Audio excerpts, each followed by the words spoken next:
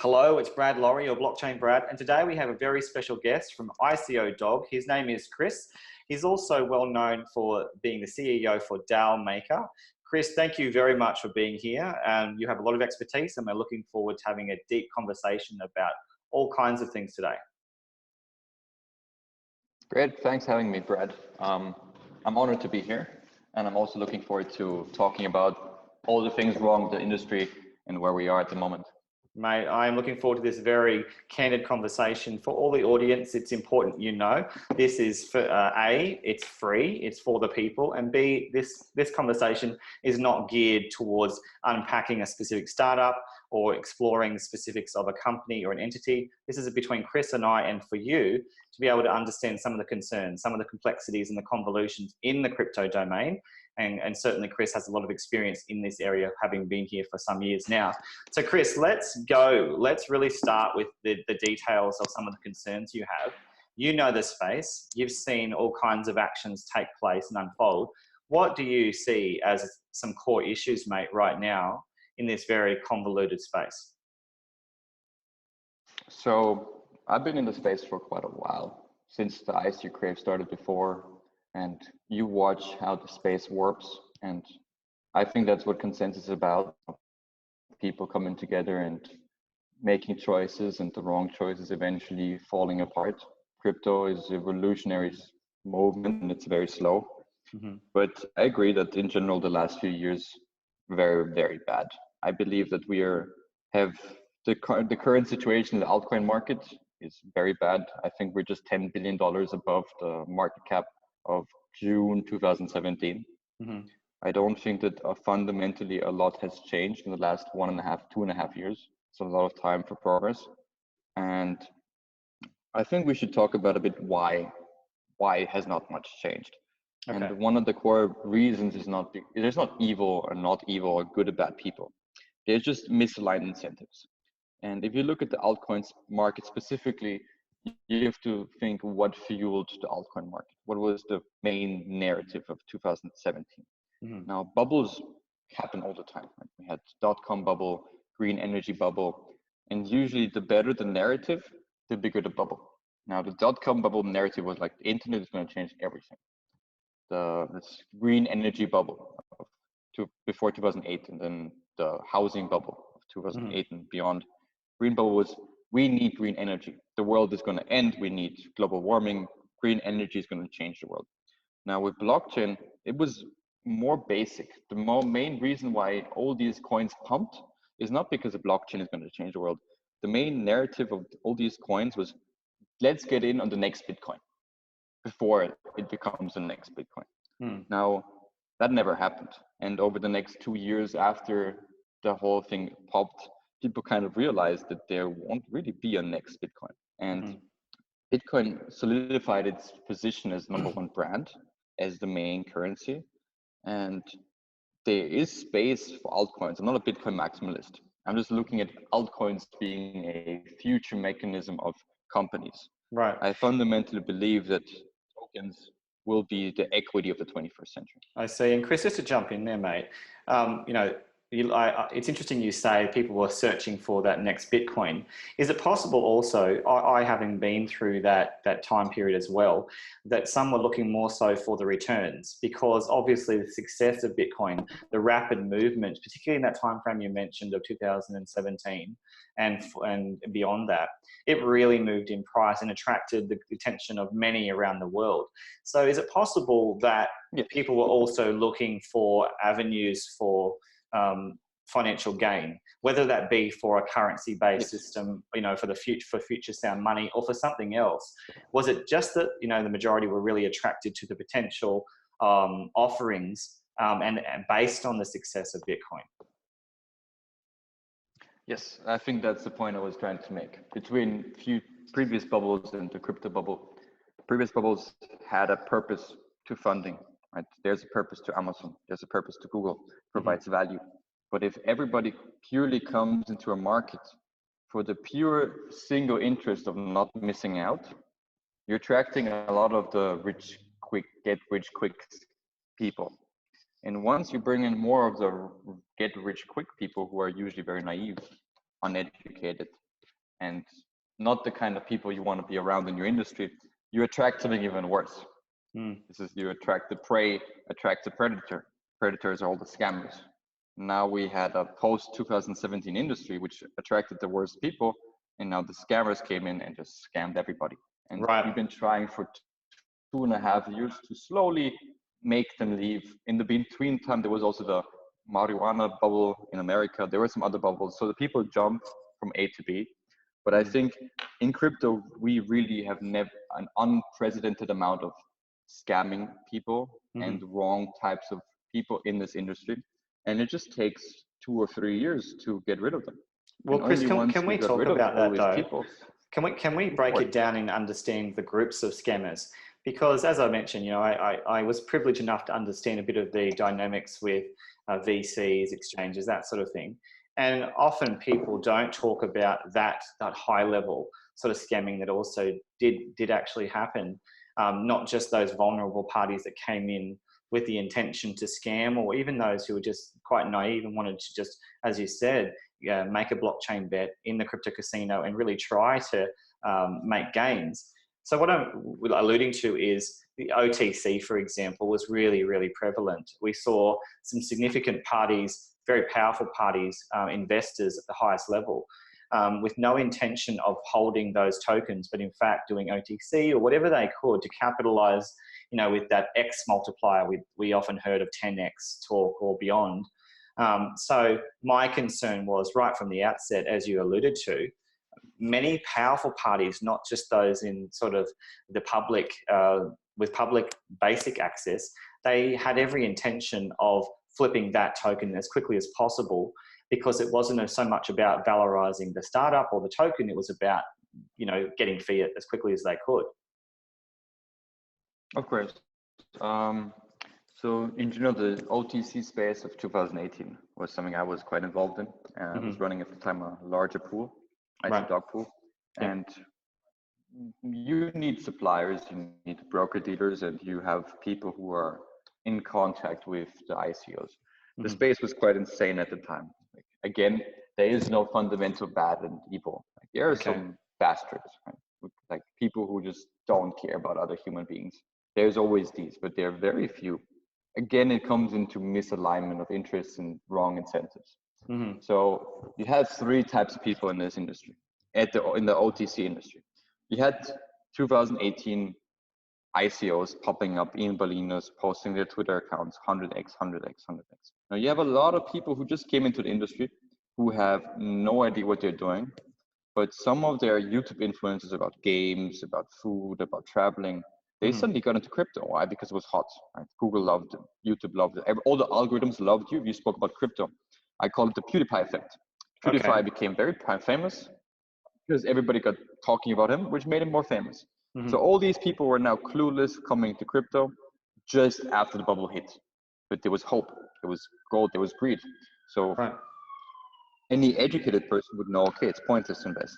But we're talking about idiots, right? Uneducated people who have never been in the space. So they come now and they're trying to invest into these ICOs. But the ICOs, they have so much oversubscription. They want to raise 40 million, great. 400 million is being thrown at them. So they say, okay, these people are still clueless, right? We're talking not about scamming ICOs, we're talking about just the basic normal ICO with a good intention.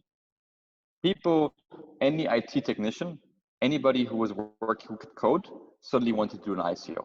In every company that was running IT, people were getting together, like, let's make an ICO. Why? Because the incentives were wrong. The incentives were like, let's write some bullshit idea, let's make something, make a website, and raise 30 million. Because it was possible. There was no evil intent. So what happened next is these thousands of uneducated people would come together and they would try to get into these ICOs. But the ICO said, no, we only want smart money. Now, smart money wouldn't invest in clueless ICOs. So now we're getting into the OTC space. Small people would come together and talk to pools. Pools will now talk to broker dealers, which are people who are talking between pools and venture capitals, or proxy venture capitals, vagina clubs, who never ran a traditional venture. I don't want to talk bad about actual venture capital. It's very hard. I worked at one. There's a big difference between a crypto venture capital who threw 3 parties in 2018 and suddenly got a bunch of money, and real ones. But these fake venture capitals would now go to ICOs, say, look, we want $400,000 investment, and look at our name and look at our office. They would rent beautiful offices. They would bring them in. And these IT guys who have no idea what they're doing, the VC guys don't know what they're doing because they think these guys are legit. The other ones think they are legit. And the retail investors think everybody's legit anyway. But in reality, nobody was legit. So now the VC says $400,000. They give them the money. And now they realize, what the fuck? This is a bunch of IT guys. They have there's nothing there. Right? But at least they're close enough to the company. So the VC realizes at the very beginning, okay, that's not what we thought, but at least we know it. We know what we can do. These guys, they still want to buy our bags because they're not as close to us as to the ICO as we are. They are clueless. It's basically insider trading. So how about we still make some money? We just tell them, look, you can buy our $400,000 at 2x. You give us $800,000, and we give you this account.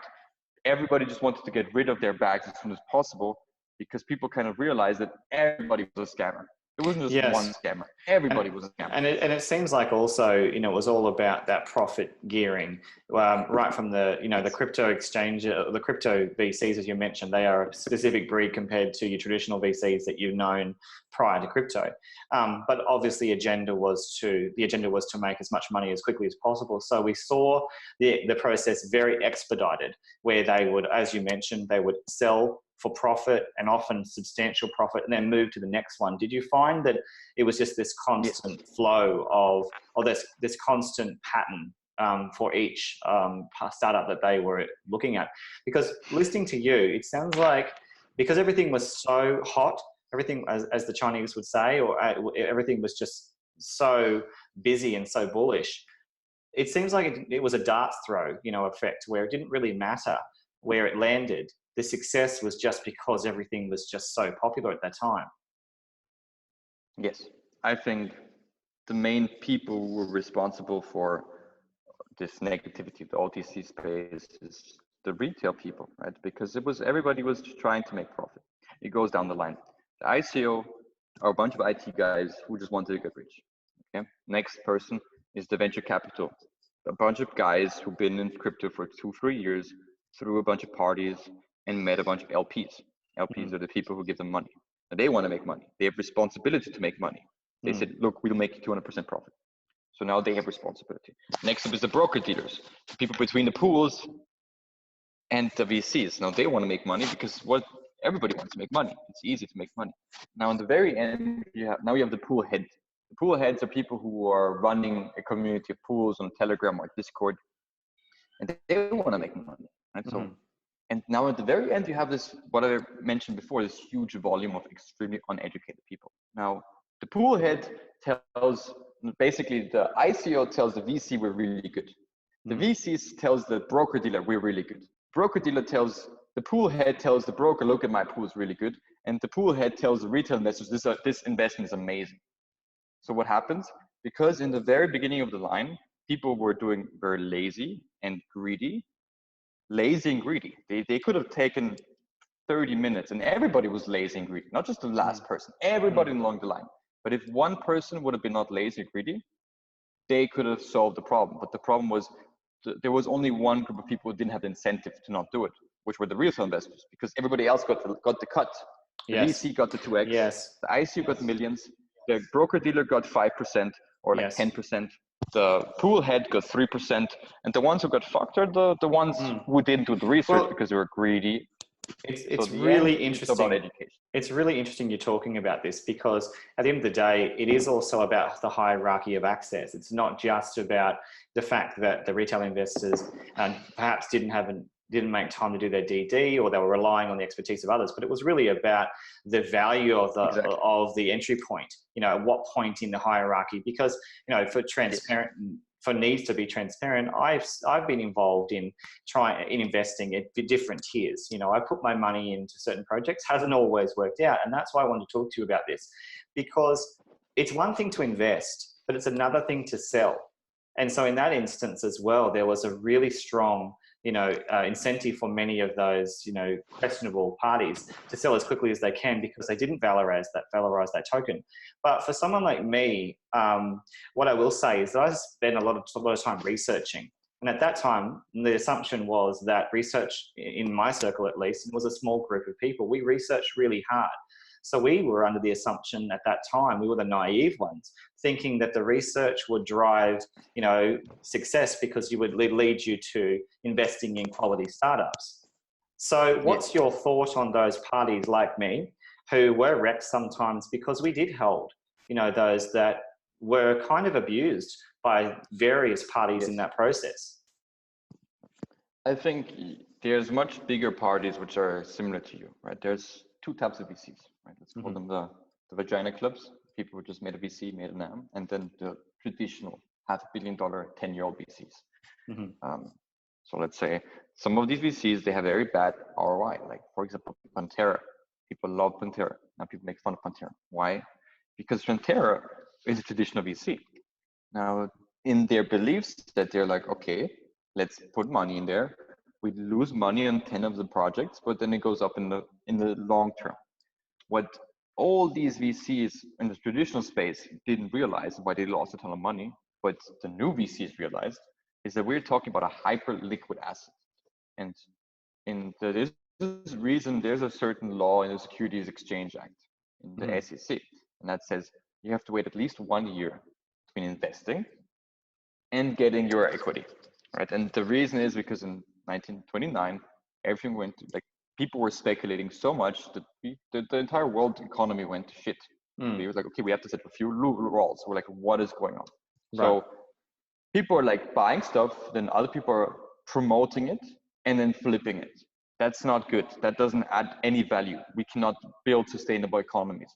Like, it takes at least a year between like funding and any progress. So let's just make it 1 year. Let's say you cannot flip until 1 year. That's a rule. The rule is because other people in a hyper liquid industry like this one, you can take your money, hype it up, and make profit. Everybody will just go towards the incentives. No one is actually wrong to make money in an industry which is about making money. The industry needs to be redesigned because we're hyper liquid.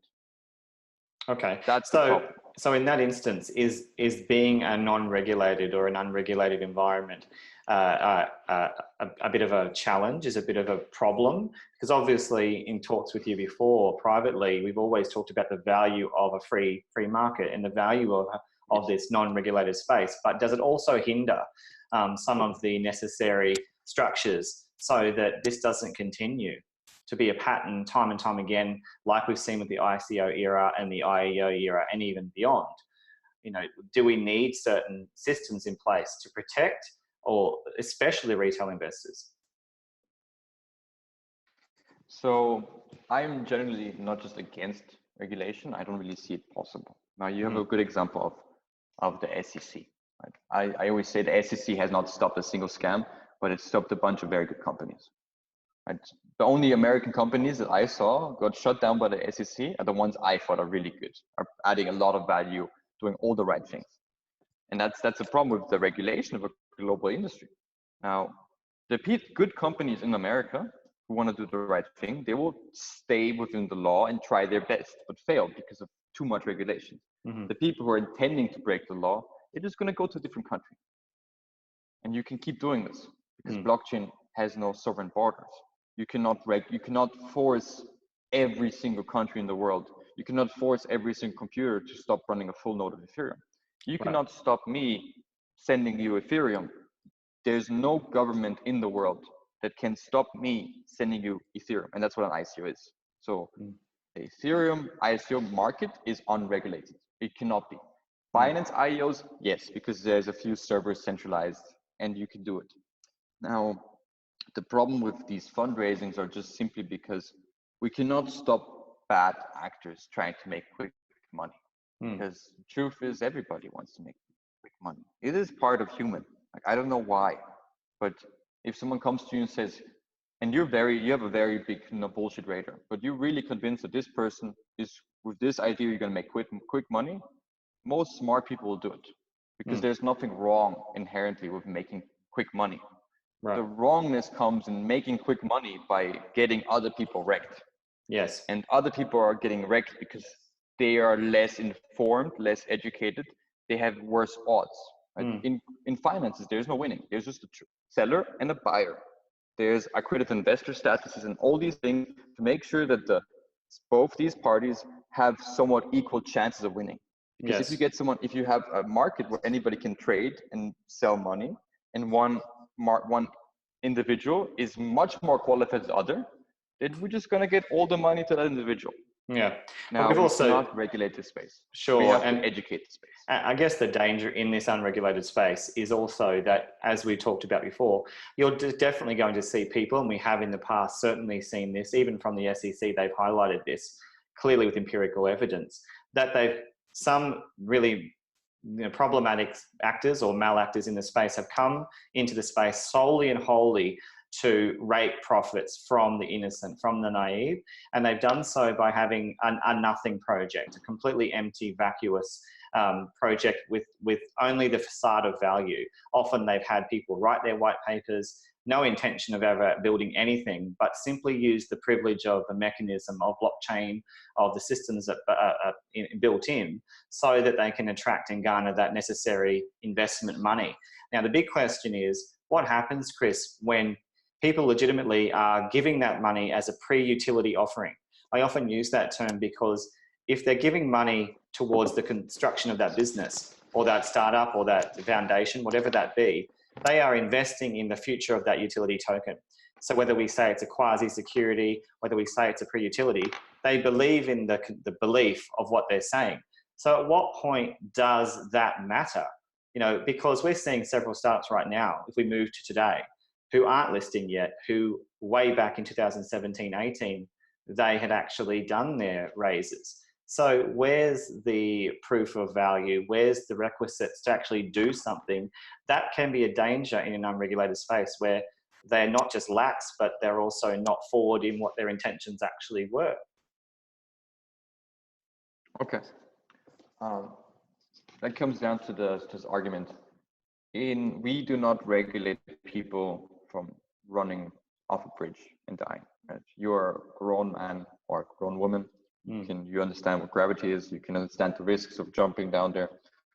The government, in my opinion, should not stop people from like if they're crazy and just doing it. The government has no options of changing their mind. I believe it is pretty crazy as a normal grown-up person, and I did it. Right? Why did we all do it? Everybody did it. We all sent money, virtual money, to some random Chinese websites. Why did we do it? We did it because we never realized that there is something like gravity, because the government never gave us the opportunity to experiment. So suddenly there were no rules. For the first time in 100 years, a few generations that never experienced anything like it did exactly this. They ran off cliffs because we were completely overregulated. There was no way for us to invest. So all of us suddenly were completely naive, irresponsible, and started sending money to some random website that gave some random claims, had a 20-page white paper. We never took a video. We never spoke to the person on the phone. We never met the person. Would you take a bank account and send money? No, but you would send crypto. And that is because we did not, as people, have not yet really understood that Ethereum is real value. Even now, I've been in the space for quite a while. But for me, if I take $100 or 100 euros out of the bank account, or I take 0.6 ETH, my brain takes this as much more valuable than that. Yes, although it's the same. This one probably is more valuable because it's inflationary, and that one is inflationary. And I don't think we should start blaming, of course, these Chinese bastards that scammed us all, or wherever they were. They should get prosecuted for what they did. But when the internet came out, and we still have these people who are like Zimbabwean princes on the email, and they're like, "Oh, I'm a prince, please send me some money." Or a celebrity from Hollywood. We saw that too. Yes, we move forward, right? No one actually sends money from the bank account via PayPal, all these things. And no one actually, there's no entity that regulates us from doing it. We just learn to stop being stupid. Right. And that's why I think that we just have to move forward. Well, Chris, let's talk about that argument, that idea you have, which I do respect, obviously, with the narrative and with the premise of the power of decentralization in the mind of many of us. But if you look at the success of very loose regulations, for example, in certain jurisdictions with regard to securities, because obviously at times there's been the need to have systems in place to make sense of that particular asset. Now, do you think that there would be some value in structure in some kind? Because right now, I want to move it forward in the conversation to today. As we talked about, the ICO was a seriously problematic time in crypto's history. It really put a bad taste in many people's mouths, and many people left because they did get wrecked. But if we look at today specifically, what kinds of solutions do we need to put in? What kind of systems do we need to put in place so that we do improve, so that we do attract and garner that kind of support from the mainstream that's so integral and so important to the growth of this industry? So what can we do, right? That's the first question. What is possible? And that's what we are focusing very much on, trying to build a system that is open, permissionless, and regulatory. That's what it has to be. It has to be these three things, which means you have to build a system that allows people who are qualified. The qualification has to be on a decentralized mechanism, which means you can't have a central authority be like, okay, you're a credit investor. You are now legally allowed to buy these things. That cannot happen. It has to be in a way that is decentralized. And you also have to have a mechanism where the companies that get funded are chosen in a decentralized mechanism. Because I came personally into this space because I looked at ETH and I looked at this idea of ICOs and I fell in love with it. I still believe it's the most powerful thing in crypto. And the reason is because up until recently, most innovations were funded by Silicon Valley because there's a very good incentive to do so. If you can fund a Tesla or a Google or whatever, you will receive this monopoly money for 10 years. So even if you lose on 10 of them, you still get a ton of money for the rest of your life. We have a very strong incentive to human like technological evolution. That's why we're evolving so fast in this direction. And I think that's very important. But right now it's only given to a certain elite, which makes them very rich. If we figure out a way how to do this in an effective manner, but let anybody participate all over the world, we effectively reintroduce the renaissance of the 21st century. Because now you have an industry which everyone's incentive is towards growing human technological evolution or personal evolution, whatever it is. But it's very hard because people have to stop being greedy. Yes, and I think that's a really good point. You know, the greed has always been present. I've always suggested that we're in this environment known as the crypto casino because the speculation is still so prevalent in all assets, including even Bitcoin. Now, one of the things that we've noticed time and time again throughout this evolution that is the crypto space is that there's also been a strong reliance on back-end market making. There's questionable volume from many different exchanges, for example, and then we also have that aligned with media. Even me, for example, being someone who is working, trying to educate, for the most part doing free interviews, but sometimes also being an ambassador, as you know, or just trying to do my role. A lot of the times there's a strong correlation or an effort to align media with market making, for example. Does any of that concern you? And is it also a problem as we start to redress some of these problems with a total lack of correlation between token metrics, token modeling, and performance of tokens in an ecosystem that is complex now? I think it comes down to greater full investing, right? Up until very recently, like just a month or 2 months, it was always still possible to just fool more idiots in order for you to make your quick returns and leave. And market making is a fundamental mechanism of doing that. Look at all my volume, and then people who are uneducated and naive will be like, oh, really? You have 90% more volume than everybody else. I didn't know that. So that's just one way of pretending that you're better than you are.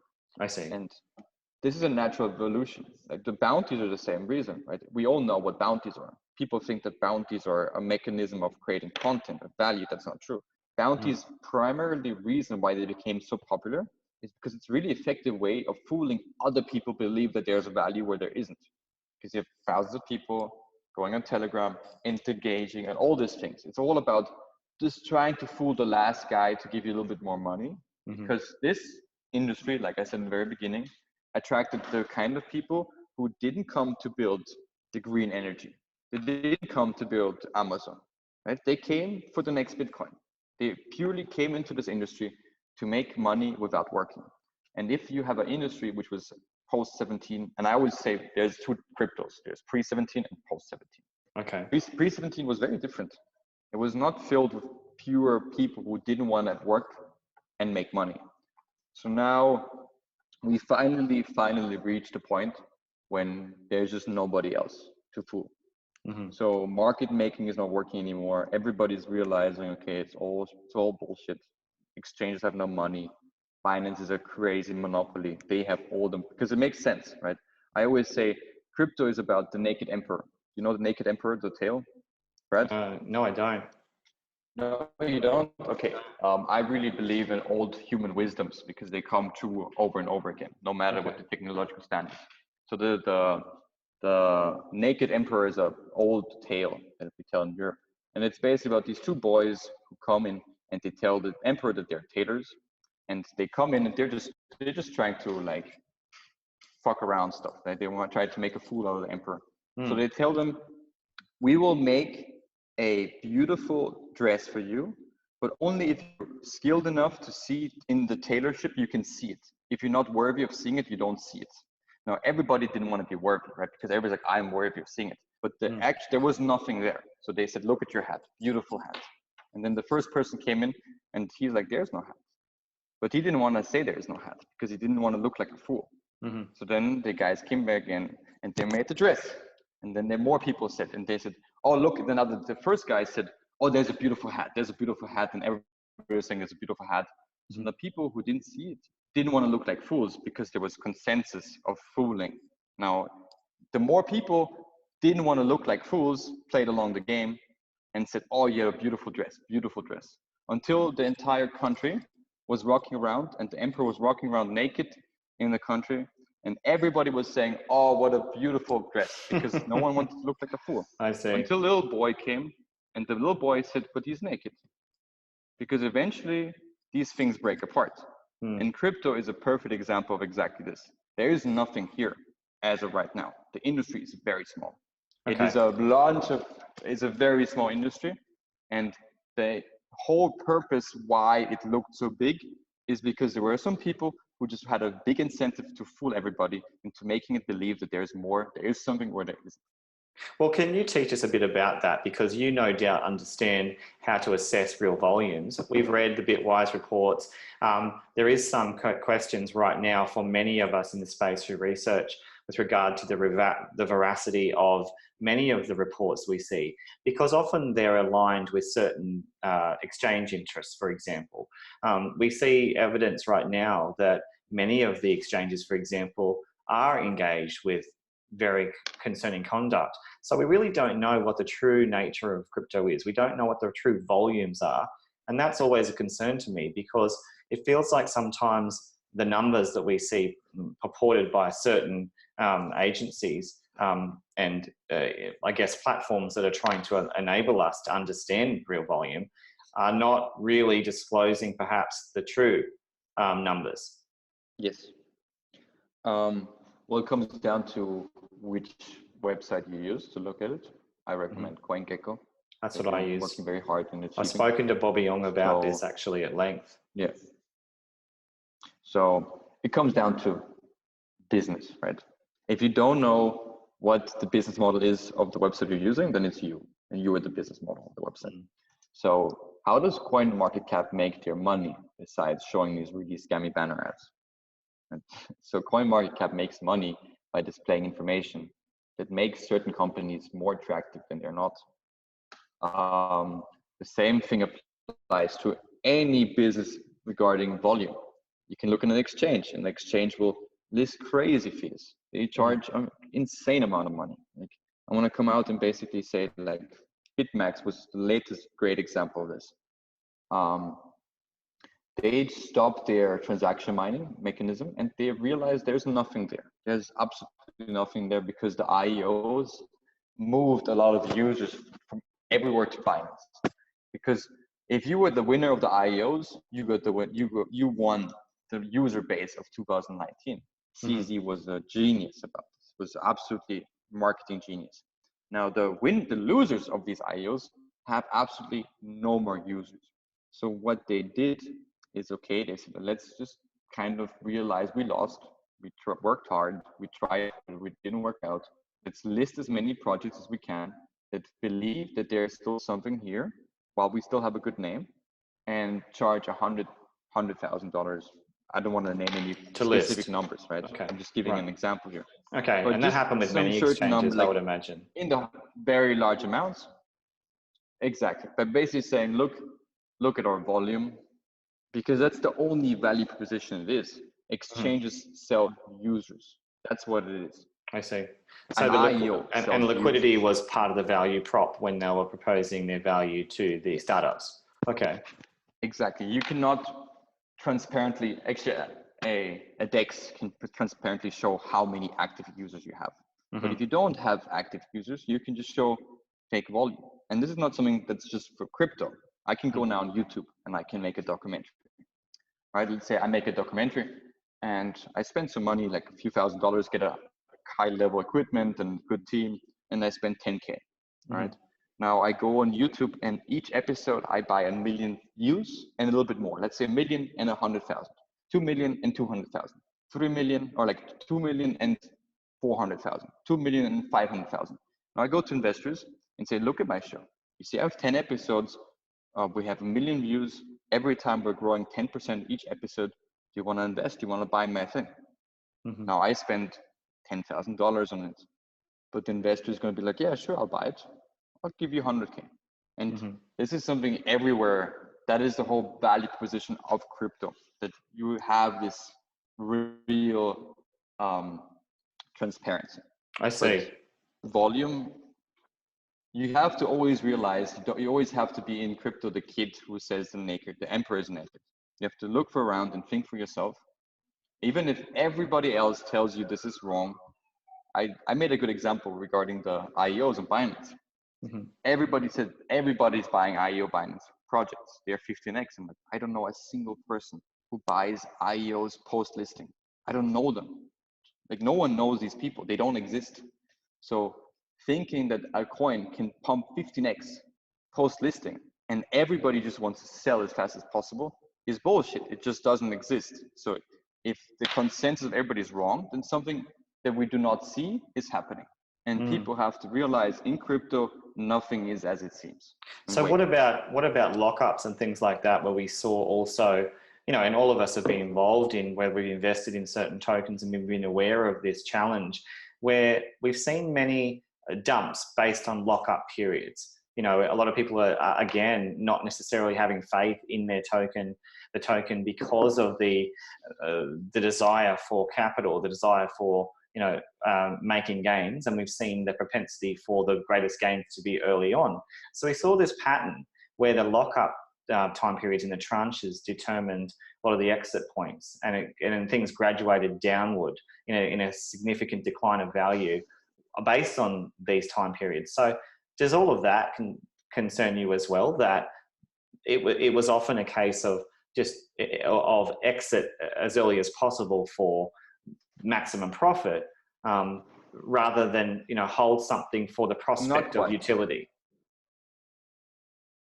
Yeah, not quite, because I was one of the early ICO investors.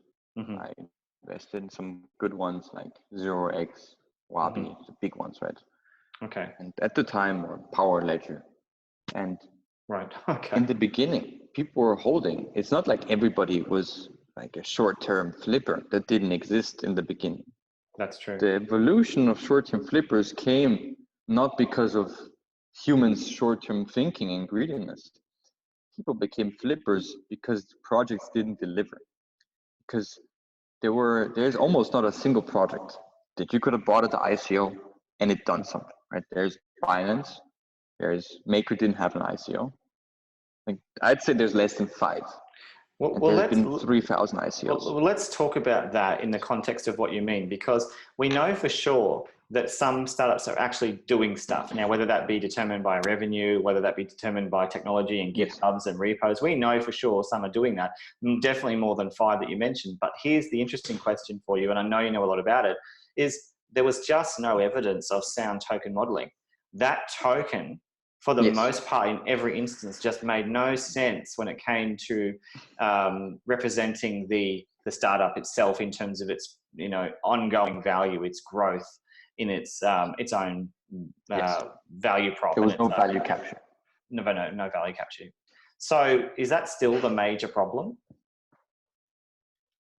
Like, do we need to seriously redress tokenomics, token modeling? I think there's more projects.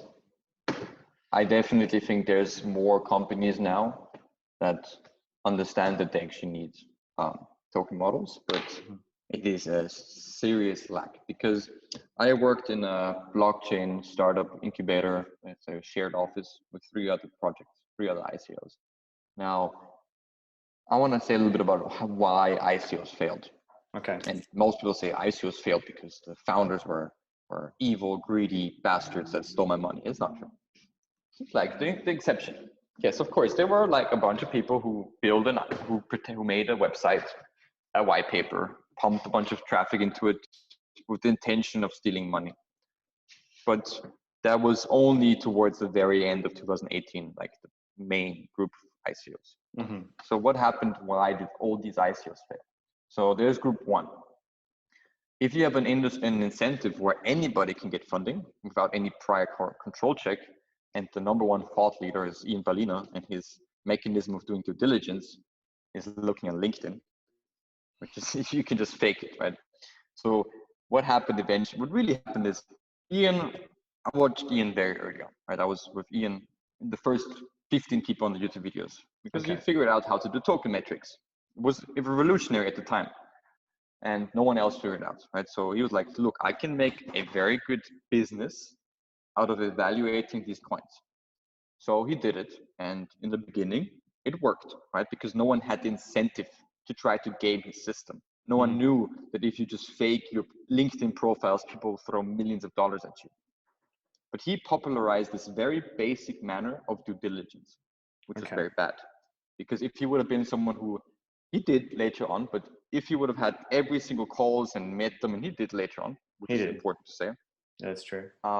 And this would have been the norm, to be meeting people in person, talking to them, because then we would have had much less scams. Humans are very good at realizing bad intentions in a face-to-face. We have millions of years of evolution towards this direction. So Ian Ballina made the spreadsheet, and all these other influencers who are basically also clueless. I was one of them. I definitely was very clueless. I certainly was clueless about a lot of this stuff that we're talking about now. Absolutely. I remember talking. No financial experience. Sure. And I remember just loving the tech, wanting to know more about that. So I think all of us, to be honest, it was a very nascent time in this technological era.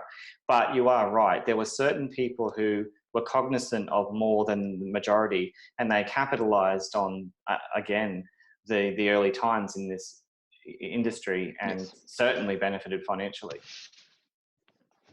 So because Ian Ballina made this trendy, you see a bunch of other influencers spot up, right? But they did exactly the same as Ian, right? Because I did the same. I'm just as, I'm not innocent at all. I was one of these people. I looked at Ian, I'm like, okay, he was a nobody, now he's a somebody, and he's a millionaire. If he can do it, I can do it, right? Because it was a crazy time. And there were many people like that. All these spreadsheet influencers popped up, and what this created is an industry where money funneling went in a very wrong direction, because you cannot do proper due diligence. I see. Because obviously very quickly charges were laid out. I'm not sure about Ian, and I don't want to speak about what I don't know, but certainly at that time very quickly many of these parties that had influence realized that they could charge substantially for that service and their platform. Yes. So that became an issue in itself because it also skewed. But that became an issue much later. Okay. That became an issue much later. I see. The main issue was that we suddenly created an industry, not about the paid show. That's a later issue. The core issue was we created an industry where people believed that they can look at LinkedIn and some token metrics and make millions of dollars. And we had a wide spread of this. So what we got is a bunch of disqualified people who had good intentions, received millions of dollars. There was no money management. Okay. So they raised unqualified money and lack of no expertise unqualified people in a very vague with market. Good intentions. Okay. Sure. Exactly. Unqualified, very vague market.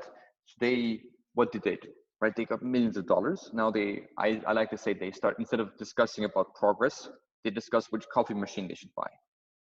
Because they had so much money, throwing extra parties, all of this. They said, okay, Ethereum is going to go up. Ethereum is going to go up. Who cares? Who cares? We don't have to work. And suddenly, Ethereum didn't go up. It went down.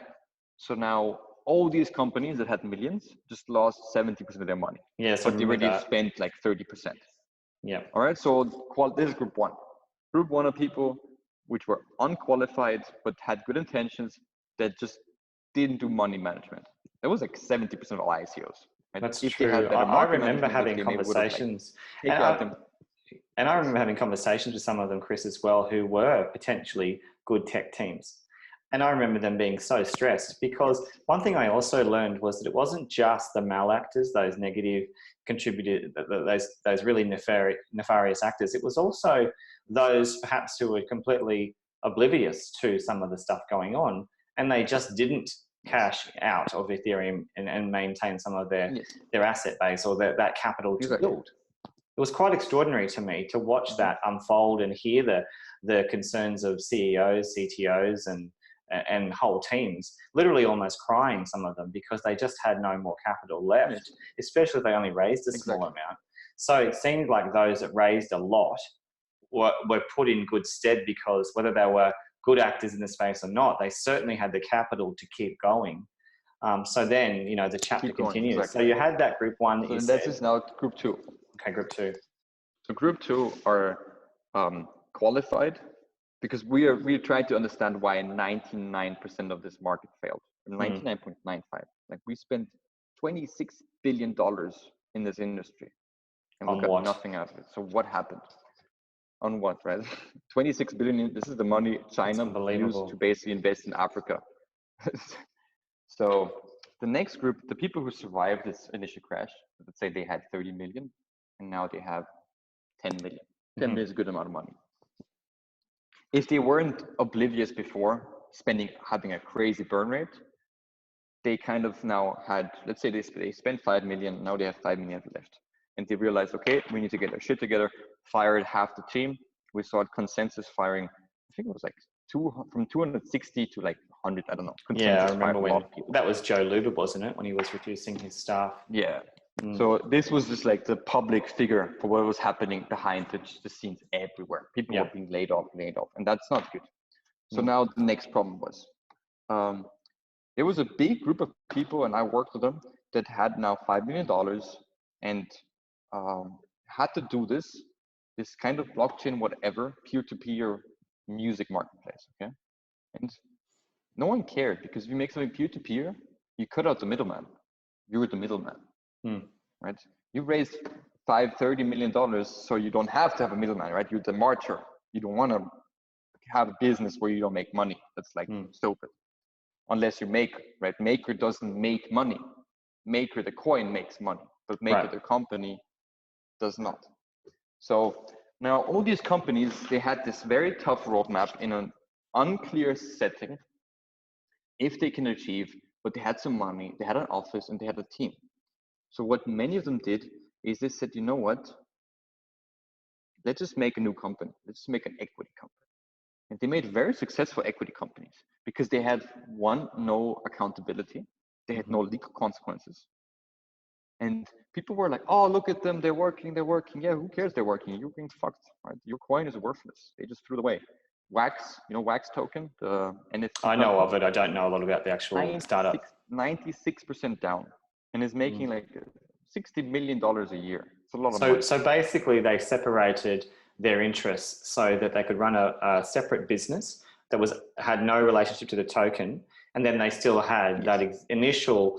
Let's be honest. Let's call it, you know, for controversy's sake, let's call it a quasi-security. They raised using that mechanism of ICO or whatever mechanism they used to get capital to build, allegedly.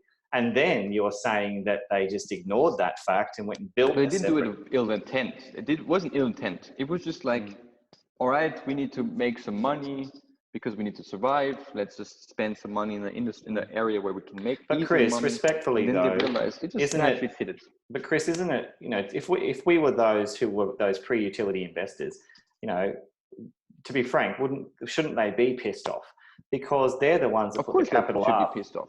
So in that respect, okay. So now the third they argue that it is a bit of you know, conspicuous ill intent, because they must have known that would really disaffect those initial investors, because they were the people that created the funds to allow them to continue building.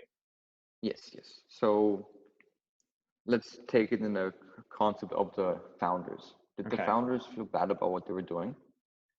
It's all about justification. Right? There's no good and evil. There's just, can you justify your behavior? So they said, okay, we can continue doing what they want to do and go bankrupt, or we can do this equity company now, make some money, and maybe one day figure out how to actually do what they give us money for.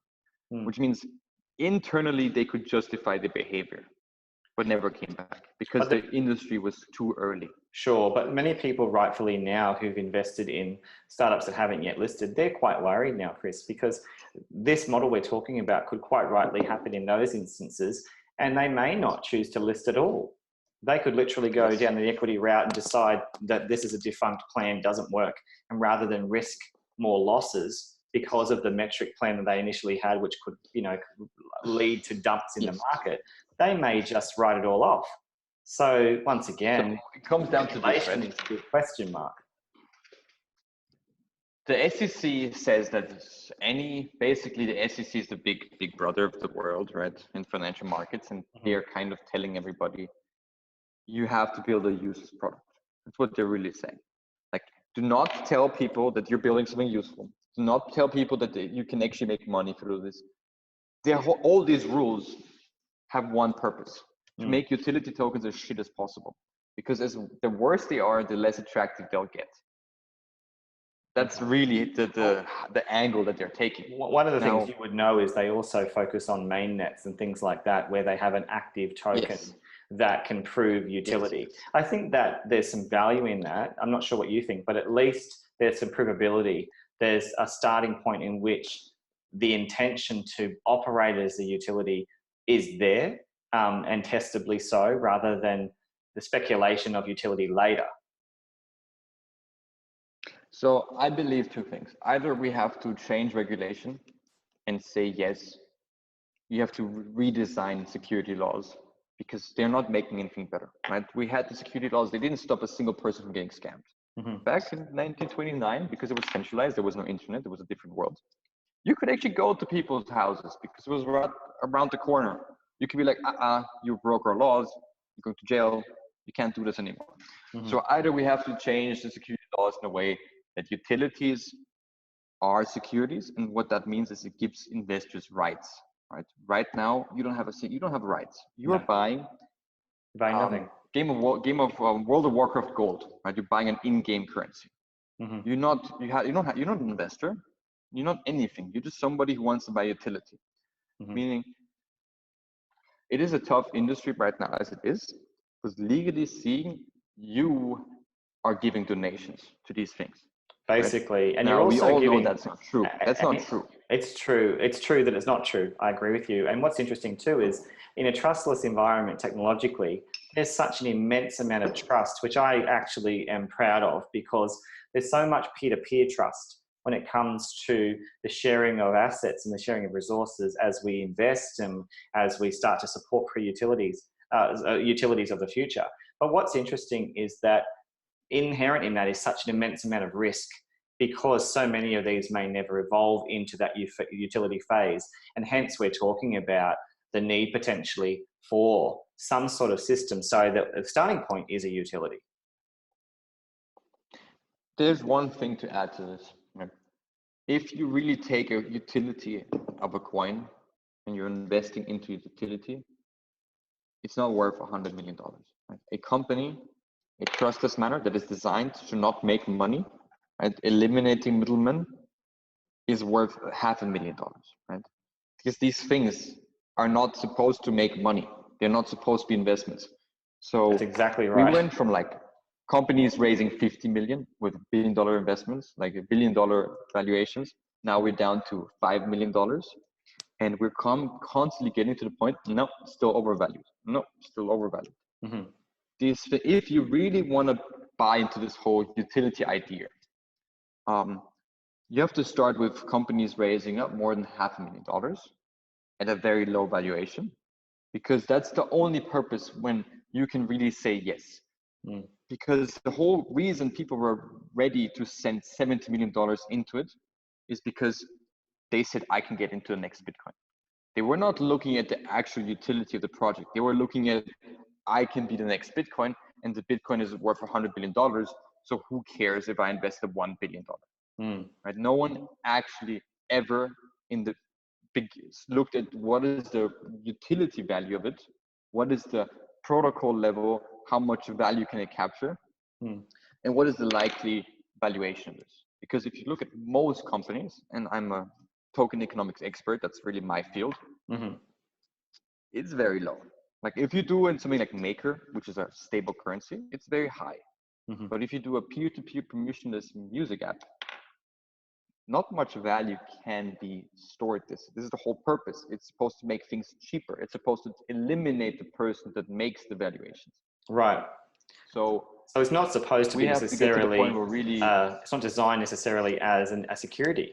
You know, in that instance, if we're talking about the true and authentic design of a utility token, it's supposed to be the fuel for the ecosystem and not meant to be something people rush into expecting significant growth in that asset.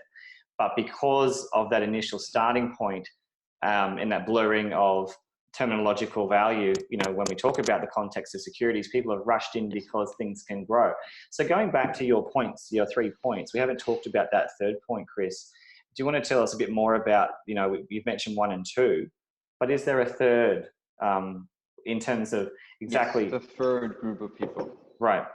So the third group of people are the scammers, right? Let's call them the scammers. So we have the incompetent non-scammers, right? Second group of people is this mix, right? Is it a scammer if he used the money to make equity? It's like half-half. And now you have the intentional people who are coming in with intent of doing harm to others. Now, legally speaking, they did nothing wrong. So first of all, not a single ICO ever got prosecuted outside of America for stealing money. They got prosecuted in America for doing a security offering, which is not the same thing. So we have an industry which basically says, it comes down to this metaphor. You have a family and your son or your husband, someone told him, if you jump off this bridge, you're going to learn to fly. Right? And he's jumped off the bridge and obviously didn't fly, he died. He just went up. And now the whole family is going to this one person and complaining and trying to sue this person for convincing this man to suicide. Now it could be seen as assisting suicide, but many people be like, no, you know, that's kind of stupid. It was really kind of dumb. And they shouldn't have done it. Why did he believe he can fly? Because it's something that is called greed thinking, wishful thinking. No one forced anybody to send millions of dollars to a very highly questionable source. And I'm pretty bad. I lost a ton of money. You know, I don't want to be like the person who is above all of this. I was running a pool. I mean, I wasn't running a pool, but I certainly did lose a lot of money too. So, I mean, I think we all did in this space. Anyone who's out there, obviously, we can empathize because we have done the same. Yes. Unlike many people, I'm not looking around. Like, I lost a ton of money in Hashgraph, and even like a year ago, I said, guys, this is crazy. Hashgraph is a $6 billion valuation. There's nothing they made. Like, we have to wake up. It's really about, yes, we were stupid. Yes, these people are bastards. They stole our money. They are horrible people. They're somewhere, we don't know. They could be on a rice field. They could be somewhere in Venezuela. They could be anywhere. Well, I wanted to ask you, being hateful to these people. Well, that's a really good point. And I certainly responsibility. Okay, well, let's talk about that, because we often hear that response. I hear that time and time again from many different parties when I raise very serious issues. Often it comes down to a response of, well, at the end of the day, it's do your own research. You are, as the purchaser, you're ultimately responsible. The onus is on you. But there are some really important questions to ask. For example, where is the money? You know, if we use that Jerry Maguire phrase of "show me the money," I often would ask that to those who did raises of a billion or more, because so often there isn't that transparency. There's no clear evidence of an audit. We don't know exactly how some of them have spent money. We've seen evidence of really unusual spending. We've certainly seen evidence of some startups using their token for payments as they continue to, build out their foundation or startup. And then, we also see very questionable conduct. Let me tell one example. Let me tell you one example of like a real scam. And when it comes down to looking at real scams, they're usually the one companies which are the most legit, like these scams. So there was this company, basically what did they do? They raised $35 million. Okay, and I met one of the core people who worked there. Okay. And they had an app for influencers. I forgot the name, but it was one of Ian Balina's projects, and he flew there and he got fooled, right? It's like companies where you would do the best. Okay. Where you do the best level of due diligence with this Polish company. Maybe you can help me out. Do you know the name? I'll have to look into it, because I remember Sparkster, and I remember Ian flew there. Resistance and those sorts of ones. Sparkster was an obvious scam, right? Sparks is a whole different level. The Sparks is like really horrible people, like this fire festival kind of thing. Right. But this was just a very legit company, raised $35 million. I did a lot of research. This is legit. It was super legit. Ian Balina flew there, but it was super legit. He told his following, invest in this, because he truly believes in it. Now, they were a company, and I met someone who was working there.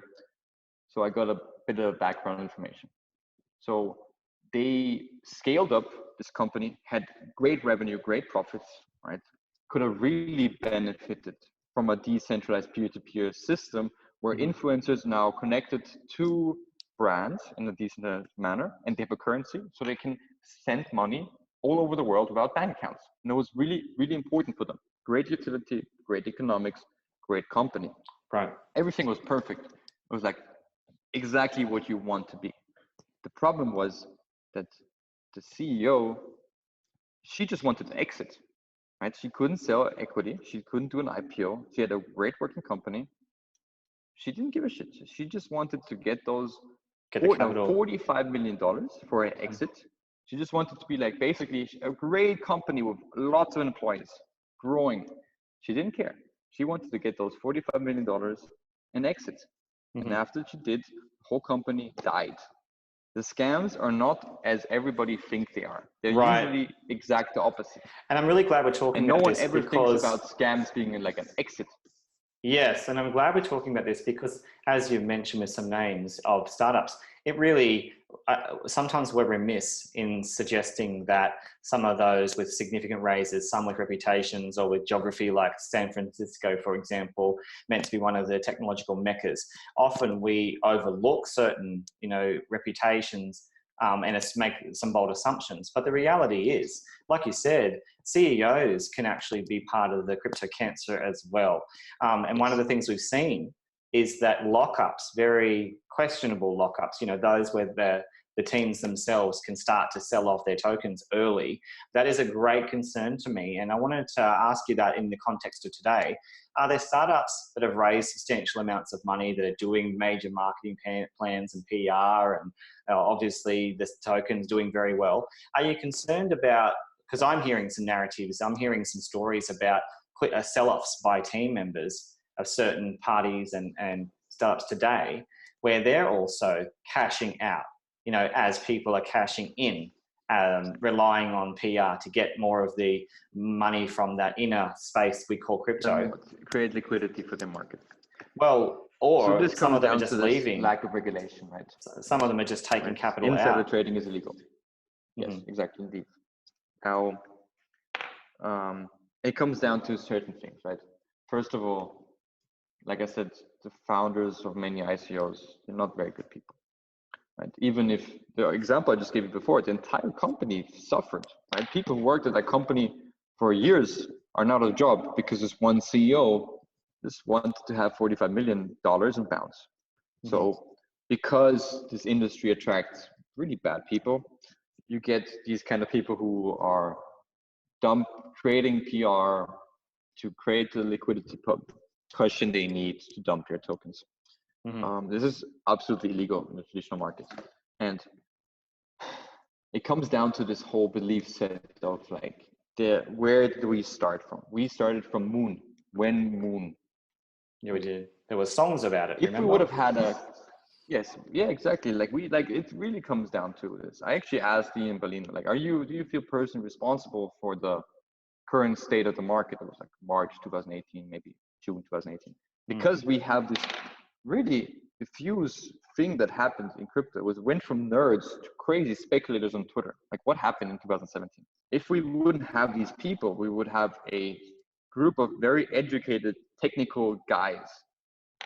Then this would not happen because they can look into the code. That's where ICOs are supposed to be. We are deviating very far from the original idea. That's true. The original idea is some people who made a bunch of money in Bitcoin have now other projects and they are tech guys, right? Because crypto was only about tech guys. ICOs was invented by tech guys. They never thought that this could happen. Right. And you know what's interesting? For tech guys. And it's interesting, I spoke with Ian Bellino in an interview. A lot of people were very concerned that he and I were talking, but I'm really glad I did it because it taught me a lot about his willingness to speak up about some of the things that he was aware were problematic. Yes. And he certainly did acknowledge his indiscretions. He certainly acknowledged some of the things that he was involved with. And I can't speak for him, but I was impressed that he was willing to do that and he was so forthright about it. But let's talk about, in the wider context rather than just start focusing on Ian. There are certainly actors in the space that don't. They have done similar things, but they haven't stepped up and said, I'm guilty of that. Yeah, no, I'm not talking about this. I'm not saying that Ian did pay shill because he's a good person. He really is a very good human being. I'm talking about the fact that he was one of the very early people who popularized this whole 100x when Moon idea. He didn't do it on purpose. He didn't do it willingly. He never knew what the consequences will be for his own marketing. But what the consequences was a lot of very unqualified people which shouldn't be in the space being in the space. And maybe they didn't get wrecked because of him, but they get wrecked because someone else, because the space was driven, 2017 was driven by Twitter images with, I came in, right? I'm exactly one of these people. People saw, oh my God, look at this blockfolio, right? That's ridiculous. People used to be like, oh my God, look at their empty GitHub. If majority of people would have been like, that's an empty GitHub, then it would be impossible to make PR, to make a cushion so that you can dump on your developers because they see it. The code is always honest. And Chris, now we're seeing, if we fast forward to today, we're seeing crypto camps emerge. We're seeing a lot of infighting, a lot of tribalism. It really does exist. And a lot of people, as you alluded to, have left the space. A lot of techies were just sick of it. A lot of institutional investors, a lot of the mainstream sector have really been turned off by a lot of these problems. And then on top of that, I really wanted to ask you, has everything improved or has it worsened in terms of the media side, the PR side, the influencer side, because obviously engaged in this space, it just seems like it is more convoluted than ever. The pathways are very obscured, and it seems like crypto hasn't lost its way, but certainly the waters are very muddied. I think we hit the bottom a few months ago. Like, I think we hit rock bottom, not in price, but in like low level of like the industry itself.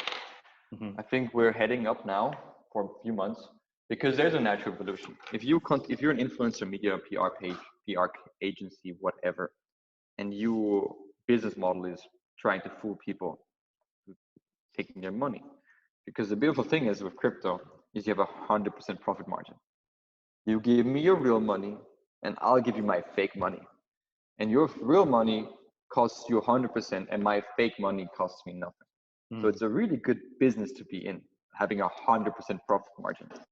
But you can only do that for such a long time until no one trusts you, because the one requirement for you to do that is you need trust. Now you can have trust from new people come in and see your brand, or you can have a trust from previous successes. So after almost 2 years of people trying to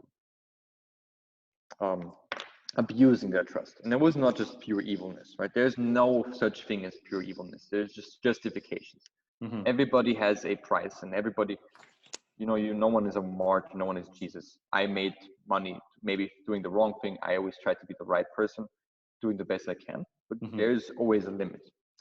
So if people think this is a really good project and they got fooled, and now they're with full engagement fooling their own community without knowing that they're actually getting the community wrecked, is it their fault or not? Are they evil? Who knows? Now, is it okay to basically say, look, every single ICO in the world is shit. Let's just choose the best ones and shit it to our community. It's still not good, right? Because you still know they will lose money. But you need to run a business. You have no other option. Even if you choose the best and the best, it's still not good enough. You have two options. I can just basically say, oh, I'm out. Or I can just try the best in the industry, which doesn't offer much. And this, after 2 years, about a few months ago, everybody who had influence lost it. And I think for the first time, it became very, very difficult for projects to get money. And now you have to work. You have to be transparent. You have to make deliverables, because people are very educated. Yes, very happy. And there's been a lot of confidence. People want to push. Yes. And a lot of confidence has been lost. And I wanted to ask you, in that context we're talking about, where you have these consultants or these advisors, these networkers, I like to call them agents for what they are. They are literally paid by startups often to be super networkers. Often they're in behind the scenes. Many people don't know just how many of these advisors exist, but their job is essentially to prop up the value of a startup. And we see that, time and time again, even in other industries and financial sectors where there's marketers that are employed to do that. So that's fine. But one of the concerns I have is that we were talking about due diligence before, but it seems that the stronger these kinds of consultants get, the weaker the frontline like journalist or influencer becomes, because they become less reliant on their own assessments, their own judgments, their own investigations, and their own journalism. And instead, I call it a silver platter approach, where so many of them just simply take a deal. They'll take a deal, run with it because they're busy, they're time poor, they're trying to do their role. So my concern is, have we not just muddied the waters, but have we diluted value because we flipped a process on its head, where once upon a time, possibly many people were investigating, they were checking, they were verifying, ironically, since we're talking about the blockchain. And now, there's a propensity for groups to emerge, for collectives, for collusion, for profit, and make it easy for them. So I wanted to ask you, you're an expert in this field. You see all the bullshit that happens. What is really going on today? So, full disclosure, I definitely run such an agency, right? Okay.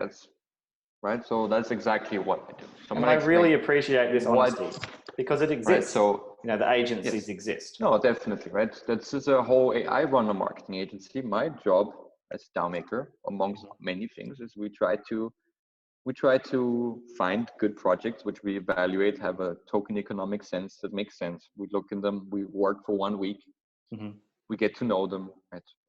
For example, Elrond was one of our clients. So we worked with the guys in the office, we looked at their work ethic, we were like, okay, these guys are legit. Like, this industry needs more of these people. So you do a very detailed analysis. We do a very detailed of the ones you incubate or that are your clients. The reason is we have our business model allows us, right? Our business model is we take one client every 3 months. Okay. And if we do so, it needs to make sure that works, because the better the client is that we've done before, the more trust we gain, the easier is the next one. In the industry, are very difficult. So because we have a 3-month campaign where we do advisory, we do a lot, business development, graphics, we charge a lot for one client, which makes us able to be extremely selective.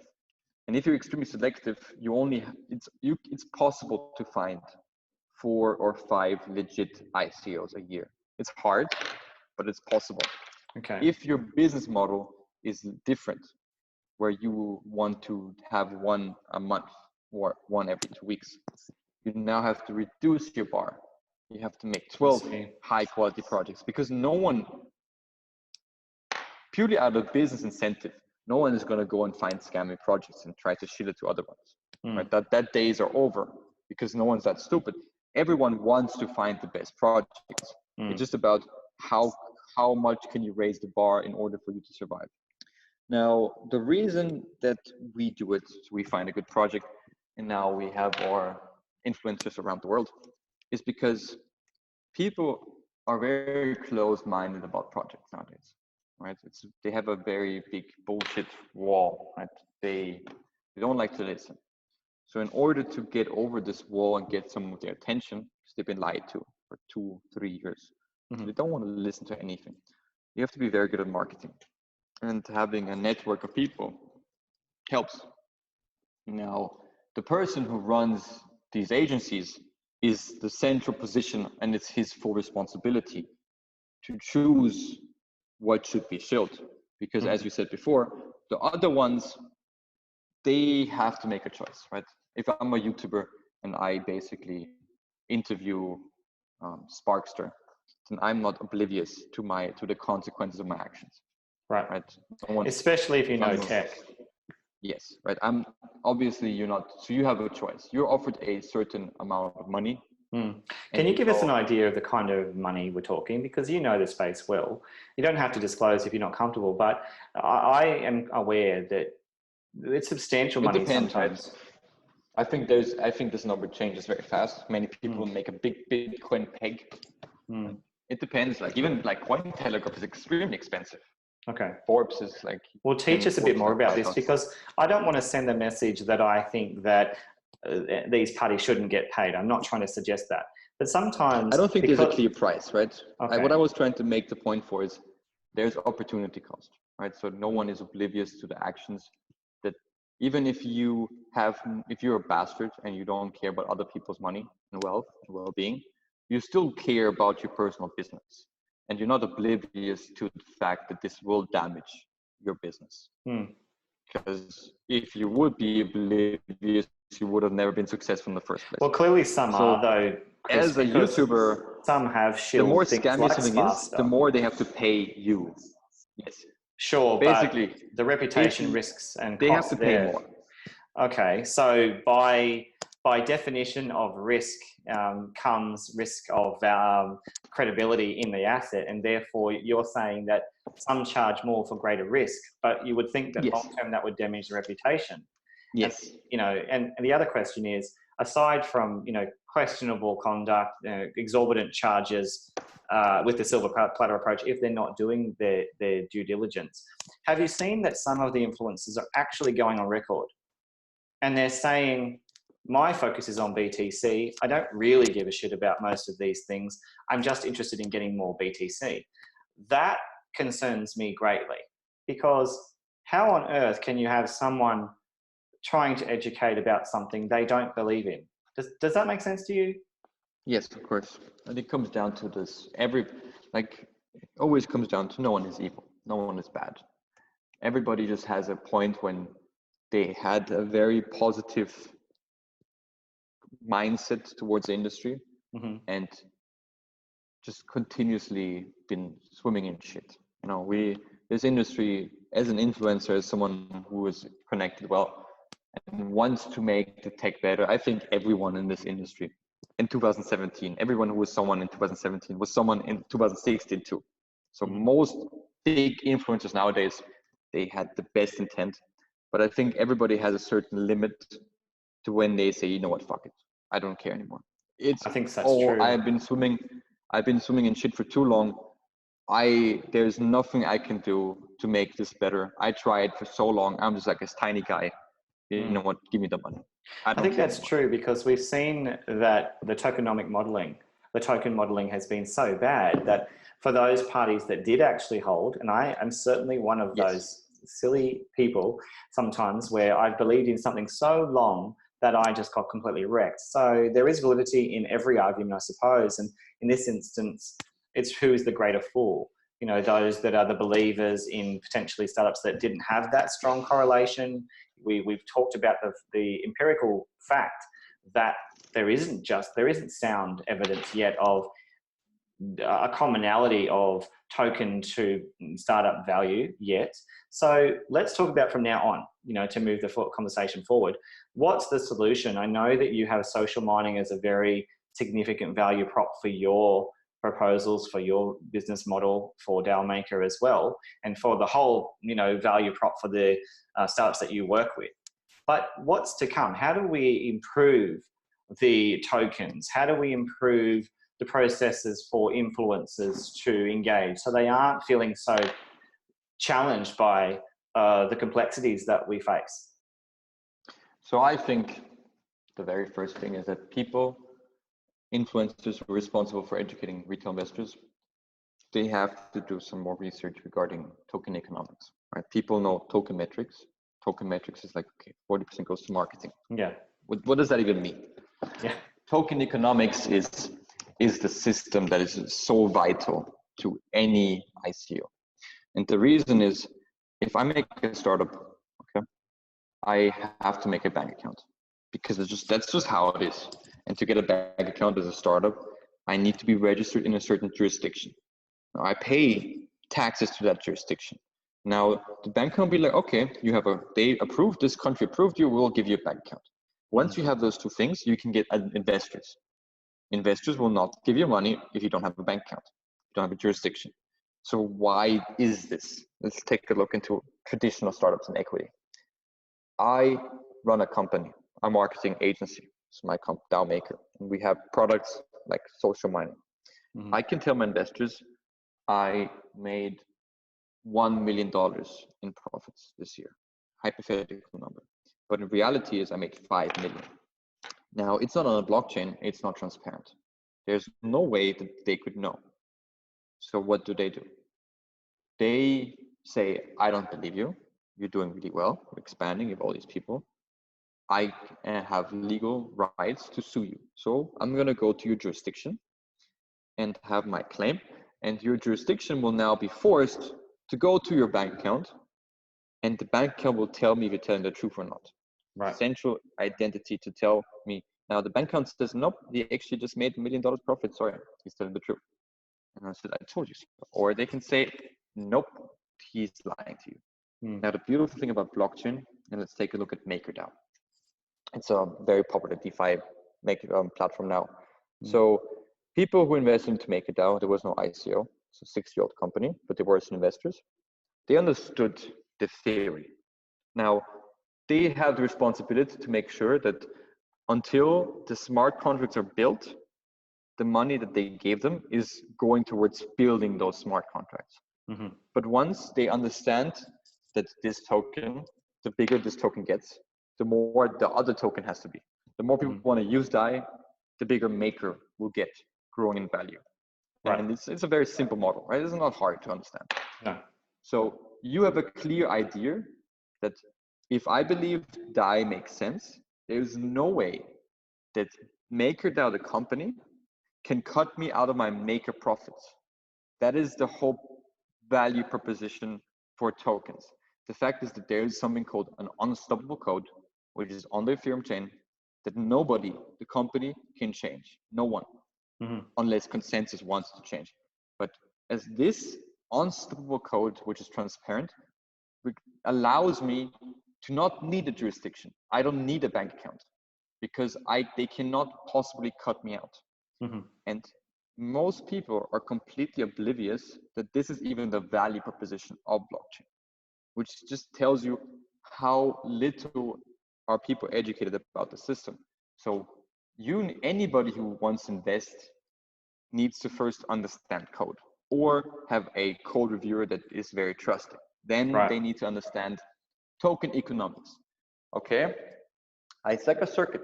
Does this make sense? Okay, here money comes in and here's my token, but it's not touching it, right? It's just like, exactly. Or another option is like, okay, my token is here, money's coming in, but it's flowing out. I don't care. And the flux of the market and volatility doesn't correlate and just affects you need a system where more money flows into the token, value capture, and stays in the token. Right? I'm going to give you a very quick explanation of that. Look at Binance. Binance token was revolutionary. Like all the exchanges copied it, and exchanges are one of the only tokens that work because it has three core complexes. First of all, it has token volume, which means the amount of money that potentially touch the token. I can check out what the volume is, the annual volume or the daily volume of Binance, which is called $1 billion. Okay, so $1 billion potentially touch the token, but the token doesn't take $1 billion. It just takes, I think, the trading fee, which is, correct me if I'm wrong, but it used to be 0.25%. Yeah, I'm not sure. But basically, you can say anybody who's trading on Binance is holding that amount of Binance, just so he can trade, and it makes it 50% cheaper. Right. So you know that in the perfect example, 0.25% of the annual trading volume will go into the token.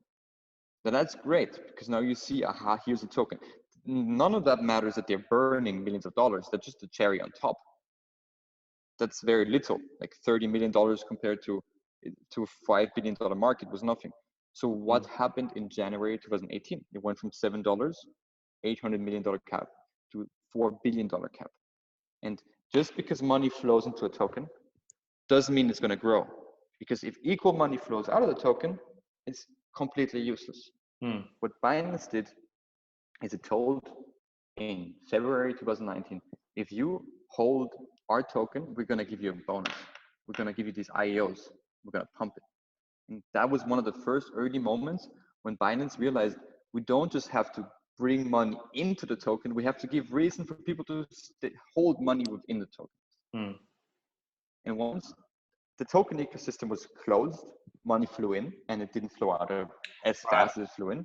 We've seen though that the IEO had popularity. And at the same moment, right, at $40, the value proposition of the IEO, which is why you should be holding the token in the first place, stopped working because the IEOs had a net loss on your money. As soon as we had this balloon full of money, someone popped a hole inside and water flew out. And as Binance went down, the hole became bigger, and it was bigger than before because Binance got a lot of new users, more volume. I said about 6 months ago, Binance will hit around $15, $12. That's where it's going to stop. It was exactly where it stopped. Right. Because the fundamental value was higher. Sure, and as you'd appreciate, there are questions. Sure, go ahead. The beautiful thing about what the IOs did is most people are now holding the bags of BNB. And they're always going to do the IOs and Binance, which is a genius move. Because now you know that BNB has a stable set of values of a token retention at $15. And it keeps growing. Once people understand that the token needs to have token volume, token value capture, and token retention reasons on chain, on smart contract, that's the first moment you should even consider investing. And Well, 99% they don't have that. No, just thinking of the alarm bells going off for someone like Larry from the block. I can imagine, he wanting to put forth his arguments, suggesting that there's a lot of research from certain journalists like he who have suggested there's a risk of that being a security. There's other parties suggesting that the token has had to evolve substantially in what it actually is, in form, because it started to incorporate other aspects of its ecosystem, including new products, new services. So the token itself has morphed a great deal in its own time. So I don't want to make the comment for journalistic reasons, but I do want to pose the questions. It's just one out of many reasons, right? Almost a year ago, I told my friends, you should buy Binance, it's going to be a top 5 coin. And the main reason I said that is because I realized CZ understands this stuff. And if you have a dollar, right, and your dollar can only buy one thing, it's a pretty shitty currency, right? The idea of a utility coin to do only one utility is stupid. CZ is like, that's stupid. Why should we just keep one utility? We want our currency to run an economy. And I told people Binance will be not a billion-dollar company. If they keep doing it as they are, they're going to be a trillion-dollar economy. Because that's what you should be aiming for. You should be aiming to be a global currency. And speaking of global, I'm sorry to interrupt, Chris, but do you think that Binance themselves and BNB will enter into the US market? As we know that they're certainly taking the hard line, maybe cracking down is the wrong term, because in many respects they've used a very light hand. But Binance themselves have separated it into two supporting businesses. You have Binance US and then you have the main Binance. So do you think that there's going to be an open door from the SEC and from the US for something like Binance, which has certainly ran its operations differently than, let's say, some of the other startups that have been born in the US? I don't know. Well, time will tell. Yeah, and I appreciate that. Yeah, sure. Now, just finally, let's move from now to the future. What's going to happen, do you think, Chris? We obviously there's no crystal ball, but you have the experience to at least really nuance suggestions based on facts that we see now evolving. Major changes are happening. There's lots of suggestions of tech leading out main nets and leading out certainly tech-oriented and utility-oriented startups. So are we going to see, a bull run? Are we going to see success of this industry? We're going to see an influx in money coming in. What's going to happen? I personally believe that Bitcoin will go up, altcoins will go down, and that's going to be another 6-7 months. And what you will see is that these core companies that have these 3 aspects, they will do 100, they will do growing, they will go to the moon. And people say that people are too stupid to understand what I just said, and most of them do not understand it. But what people do understand is a price token goes up, right? If a coin has these 3 things, you can understand it or you cannot understand it. It will go up. And what will happen is that people will stop continuously holding bags and getting wrecked because there's just nothing there besides speculative assets, and people just sell. People who believe in crypto will not leave crypto. They will just change the holding one coin that goes down to another coin that will go up. And I think what you will see in the next 6 months is more of these altcoins that have these 3 assets become bigger and bigger. Right. Because you have this organic growth, which is money through utility. And then you have something much more powerful. You have people trying to benefit from that organic growth all over the world. And a good idea of that to say is, for anybody to think about is, if you look at many different equity companies, you look at revenue to market cap, it's around 4 to 6, let's say 5. Okay, $5. If you have $1 in profit, then $5 are speculating on your future profits. Now, in crypto, if you look at all the revenue generating companies that have token cash flow into the token, and we actually wrote a few research papers, you can check it out on DaoMaker.com. You will see that it's anything between $70 and $100 of speculative assets. meaning $1 in real value and $100 of people hoping that there's going to be another dollar. And that's very interesting because you will see that there's going to be a very, very strong incentive for people to actually build utility, because the companies which have utility benefit from this mass speculative value add. Because unlike equity, crypto is global, crypto is open, crypto is free, which means only accredited investors from certain countries can benefit from wealth creation of companies. In crypto, the unbanked can benefit from real utilities. And I think in the next 6 months, you will see a very strong swing in incentives for companies to work and find real utilities so that they can benefit from the speculative base. I tend to agree, and I think you've said that very well. At the end of the day, what you're fundamentally saying is don't throw the baby out with the bathwater. There's infrastructure there, but you're certainly bullish on a small number of alts in the context of the wider frame, and you're certainly not suggesting that Bitcoin will not be there leading the way in terms of it being an asset. Now, what about sound money? We know the very much respected Andreas Antonopoulos has always said right from the outset, the real value prop for Bitcoin is its potential to be sound money, you know, to have it be unbacked, to be base money, to be something real that can be something that we revolutionize the way in which we transact, we use goods and services. This could be a currency for the people. What are your thoughts on that? How long will it take to see the emergence of something that sophisticated and that robust? Okay. When you look at the game theory of Bitcoin, you will find something very, very interesting. And that's something that almost nobody is talking about. If you look at gold and you have the whole gold Bitcoin comparison, there's a certain base value where the production of 1 gram of gold or 1 kilo of gold, whatever it is has a limit, right? We know the global production cost of a gold.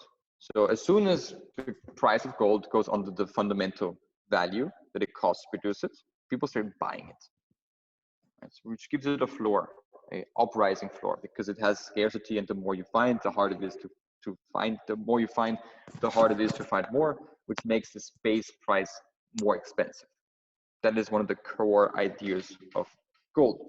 Now, Bitcoin is a bit different, right? Because Bitcoin's price of production is very interesting, because as the price of Bitcoin falls, more miners all around the world cannot afford to keep on paying electricity for Bitcoin. Because the difficulty increases. Exactly. And they start, but not about difficulty, but the price is, let's say you're in Germany and you have to pay $10,000 per Bitcoin for electricity.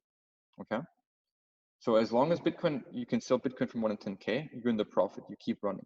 Now, if Bitcoin goes down to 8K, and you can keep running for a while, right? Because if you turn off the machines, you're going complete loss. Right now, you're just like 20% loss.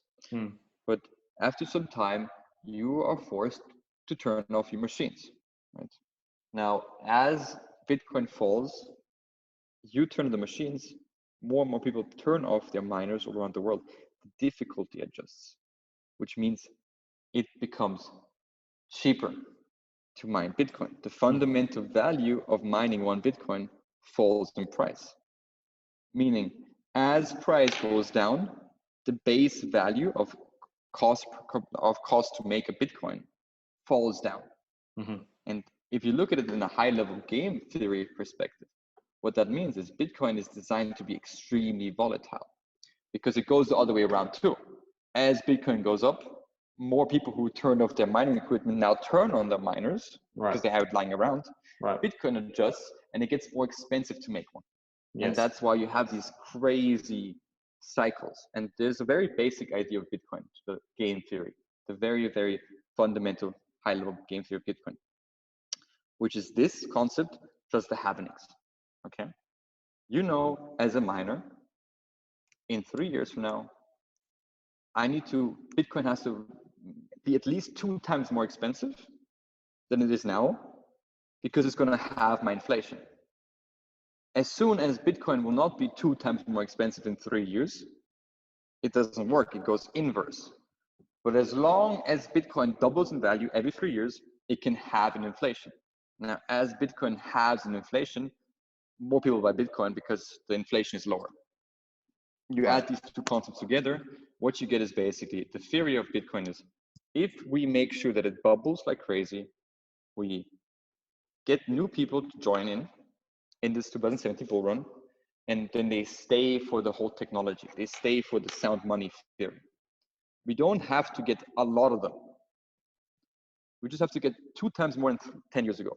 So let's say we bubble 10x, and now we filter out 8 out of 10 people. But we still have now. So essentially, it's plateauing at higher levels as it moves forward. Exactly. The whole concept should be the only way we can become sound money is by major pumps and dumps. Well, it's interesting you say that, because there are certain experts in the field. Eric Voorhees, for example, he argues that it's inflationary up until the point when all are mined. Some have suggested it's disinflationary, which is an interesting suggestion also. It's very deflationary. Right. So again, because people are stupid, they lose the keys. Right, but to make the point though, is some have argued that there's different ways to explain terminologically, even with these terms, how the asset evolves in terms of value. But one thing it is certainly designed to do is to have greater value as time goes on. So the question I do want to ask you though, because everything you've just said still alludes to an asset. It alludes to something like we know of gold, except we can separate the two reasonably and say gold has the history. It has the function of it embodies the 3 functions of money. We know this. We know that Bitcoin has a very unique value prop. It's totally different by design. And right now, interesting comment from some suggests that intrinsic value isn't a necessity when it comes to old schools of thought. And actually, this really represents something entirely new and valid. And that's, I think, a fair comment, is that, we haven't seen this play out, and there's no reason to suggest, there's no empirical evidence to suggest that we can't make a bet on this technology as its own sound asset form. But the question is, how does it, using game theory, using the Lindy effect, how do we actually know, though, that it can transition, looking at the empirical evidence, into something like sound money, when so many already now are suggesting things like they just don't want to spend it. They just don't want it to become money. And on top of that, we see... I like the idea. I like this whole idea that people... You see, I think that Bitcoin is very, very, very, very important in the human history. Because we are essentially a society that has supermarkets full of meat, plastic, and super over-consumerism, and we all kind of understand that this is not sustainable, not at all.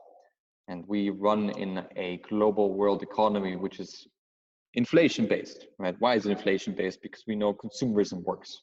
It doesn't. Now, everybody wants to spend money because currency is inflationary. Now, the economic school says you need an inflationary system for people to spend money, right? But Bitcoin approaches this completely different, where you say, Bitcoin is deflationary. Nobody wants to spend money. And the argument is that that's bad is simply because they're looking at it from the current world perspective. But if you look into Bitcoin as a 50-year process, then the whole idea of Bitcoin is that we have to fundamentally change our society as a whole, how we run, how we set our belief sets, that we don't wake up in the beginning of the morning to make more money, because money grows in value anyway. The idea is that we wake up in the morning to become the best version of ourselves, which is much closer to how humanity has been for most of our time. Sure. This whole idea of consumerism is something very new and doesn't work well. So I don't like people say that this doesn't work because it doesn't make sense in the current settings that we have, because the current settings that we have does not make sense in the large scale. But do you think it's fair to say though, Chris, with all your knowledge of Bitcoin, and I know that you're certainly very much a fan of Bitcoin for what it can do now and in the future, but is it fair to say that we simply don't know from what we see? Okay, that's what I just want to check with you, because we don't even know if Satoshi is dead. Right, but the reason I ask you that, and it seems like a very trivial. Well, it seems like a very sort of loaded question, but the reason I ask is because we have significant parties or speakers in the space literally stating today with certainty, or nuance that way, that they know it's money today. Or some will say, no, it's definitely not money. It's definitely just, an asset class of its own, digital asset, as we know. So that's why I'm suggesting this, because we certainly get a very sort of convoluted response from very respected parties in what Bitcoin actually is today. If you're asking me what do you think Satoshi wanted, right? If that's the question. I think looking at the inherent game theory of Bitcoin and the fact that the base value is speculative, I truly believe that Satoshi understood one thing, and that's my way of evaluating cryptocurrencies. It's the whole concept of social mining. That's where we build it. The value of a currency, any currency, also cryptocurrency, is directly proportional to the willing and ableness of all participants within that currency to provide economic value, GDP. Now, Bitcoin is very interesting because every 3 years, it bubbles up and you get a lot of smart people, right? You get a lot of stupid people because quick profits brings new stupid people. As it falls down, it gets cheaper and cheaper, but it gets less cheap than it was before. Right. It's more expensive. So the stairway effect. Yes. So basically, you have a filter where you bring in all these people, but you kind of keep the smart ones. And if senators of the US government are suddenly holding a big bag of Bitcoin, they're suddenly a friend of Bitcoin. If Russia, because Bitcoin, just like social mining, is a pure DAO, right? That's why we're calling it social mining, because the idea of social mining is that the inflation is stable, but the competition grows, just like in mining. If you give all the world leaders of the world right now a big bag of Bitcoin, big enough to basically for them to work towards their own benefits, their own self-benefit, Bitcoin will grow very fast because they all now have their influence to push. Right. And it'll also grow, right. So if we use the context or the analogy of gold, which is not something I'm in favor of doing, but it's the best we have, then right now for the use case of that action, let's say that governments around the world do that, that is going to represent significant value for Bitcoin, but it doesn't determine it as sound money at that point. Because again, it's the idea is you can only create sound money. This is, I think that's the whole concept. The only way we can create sound money is by first giving every single person in the world, or not every, but a majority part of the people in the world, incentive to grow Bitcoin, right? Because we don't have this central authority to be like, okay, my country, my currency. We need to have this system where we know very basic truths. All humans are greedy. I think that's innate with being a Homo sapiens, right? Everybody wants to, no matter if a Buddhist or whatever, right? You can just become more away from your true nature, but that's still your true nature. Every person is greedy and everybody wants to make more money. Capitalism proved that. So by having a system that bubbles up every time, you basically get more influential, strong hands, right? Because if they didn't sell all the way down from 90%, they're not going to sell anymore. These people will not sell ever. They've been filtered. They have a very strong recruitment tool. And now with these groups of very new influential people who are fundamentally strong hands, we can now bubble it up. The bubbling happens because of what I spoke before. The baseline price of production of Bitcoin increases as it goes up. So now we're bubbling up, getting down, more influential people. Bubbling up, more influential people. We do this until we have a certain threshold of influential people for the market price of Bitcoin to be stable enough to be a currency. Right. So network effects are a major value prop for, or a major or key aspect of Bitcoin's value, because obviously we saw the situation in 2017 when media around the world really picked up on Bitcoin because of its ascending value. Now, I did want to ask you something that when we talk about governments, the risks inherent with governments trying to stifle perhaps the growth and evolution of Bitcoin, is it fair to say that just as governments could use it as the new gold, they could also use it to stifle its growth? Because if they had a huge store of it, is it fair to say that they could technically, if they had the market share or the lion's share of Bitcoin, that they could try and suppress the price? They had enough of it and they did it as a collective, like we see with the likes of G7, for example, in trying to regulate or trying to make sense of cryptocurrency. I'm just playing the devil's advocate, trying to understand the challenges inherent in the future of Bitcoin. I think everybody who works in this industry, full-time, half-time, whatever, has to be fully aware that most crypto advocates, we could just as well be early Marxists. You know, what I mean by that is communism to the early people, they thought it's a really good idea, right? They were like, hey, communism, let's do it, until it killed hundreds of millions of people. Because it just doesn't work. It just doesn't work, right? And with any new fundamental economic theory, and I'm very, very interested in this idea, we can maybe become just a little bit better at being a society than we were before. Right. I think we should definitely try it out with as much as we can. But we should all be open-minded enough to understand that maybe we are going to be responsible for the deaths of millions of people because we pushed a economic theory because of our personal belief sets, because we wanted to. That doesn't work. Well, let's hope it doesn't get to that. But let's hope, though, the experiment isn't so so negative, but more so, you know, allows for at least the status quo to be challenged. At least we're literally pushing forth a new agenda when it comes to money. And it's interesting, as you said, Chris, is that when we talk about money, even I can certainly speak for myself, I didn't understand just how important knowing the history of money is when it comes to trying to affect the kinds of change that many of us are pushing for. The question will be, are we the minority in this space, Chris?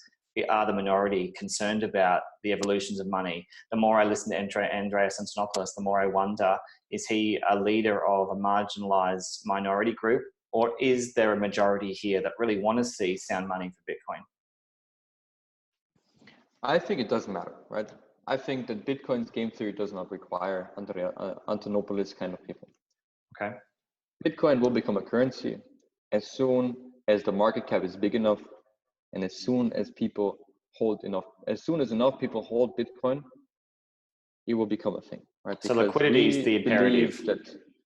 I bet there's a very fundamental concept of Antonopoulos, which is basically all governments start to inflate their currencies.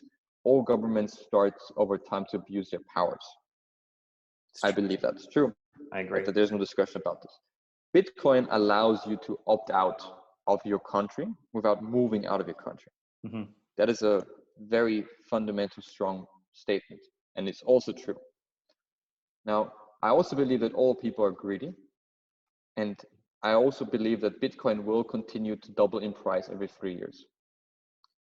If you take these four concepts together, then the only potential output is, yes, Bitcoin will become a world currency. Right. So the big question is, how? How are we going to get that liquidity? What's the imperative? Is it a case of making sure we are all doing more to really send forth the message, to educate people about the underlying asset and what it can do? Well, it's good that you ask. That's very good that you ask, because that's exactly what social mining is trying to solve, right? We built a product which is a pluggable layer 2 governance solution for projects. And what we try to solve is this free rider problem. And everybody who holds Bitcoin can now just wait for other people like Andreas Antonopoulos to do their job, and they will benefit from growth of Bitcoin, right? Bitcoin is not the best industry. It's just a bunch of people waiting in line for other people to do the work. That's really the majority of the Bitcoin ecosystem. And no one has to blame them, because no one actually gets paid more for doing more work. True. No one's paying Andreas Antonopoulos. He had very little Bitcoin, right? He's a specific kind of person. Roger Ver is a different story. He has a huge amount of Hell Bitcoin. Yeah. Right? He's a whale. He is a different story, because he made a big impact, traveled around the world, but he understood that his work benefited himself economically. Most people, that's not the case. So what we did with social mining, we're trying to solve we continuously researching. We got the first MVP out. We're trying to figure out a way how we can build a decentralized system where people can say, look, I went to this merchant and he's not accepting Bitcoin, and that's good for the Bitcoin ecosystem. So smart contract, please give me some money because I did more work than those guys. Mm-hmm. And essentially, we are trying to solve this free rider problem, because we believe once you solve this free rider problem, you really made a better economic system. A system where you don't have one central authority who can create capitalism, right? If I produce a company and I produce 100% more output than it was before, then it is perfectly reasonable for me to keep 99% and give it 1 to everybody else, because everybody else has now 1% more than they would have without me. And there's nothing they can do about this. The beautiful thing about crypto and social mining and free rider problems is that if they stop being valuable to the economy, other people can vote them down. Just like we did Roger Ver. He created a lot of output for crypto. Certainly did. He also had a huge mining pool, right? But there's something called social consensus, not just like not governance consensus on chain, but there's social consensus, meaning people have to be like, I have to download and run this code. If I don't download and run this code because I think Roger's crazy and he just wants to increase his own bag, then I will not agree with this. I think you raised one of the most important things is that it's not just the technology itself. It's what you're talking about is the support from the actors, from the people who really bolster the ecosystem. So really, I think it's entirely valid to look at the psychology, look at the underpinning values that people have, because that's why we see the infighting. That's why we see the camps. Clearly, the solution for much of these problems is to interconnect, to support each other as we build much of this. An ideal, perhaps, but clearly your vision is to utilize social mining in a way that can uphold the value of crypto, but move away from some of the past problems. Yes, that's exactly what we're trying to do. Well, give us a rundown very quickly, just by name, of the startups that represent value in your opinion, because I think for the future, for listeners, they'd be interested to look into. No financial advice.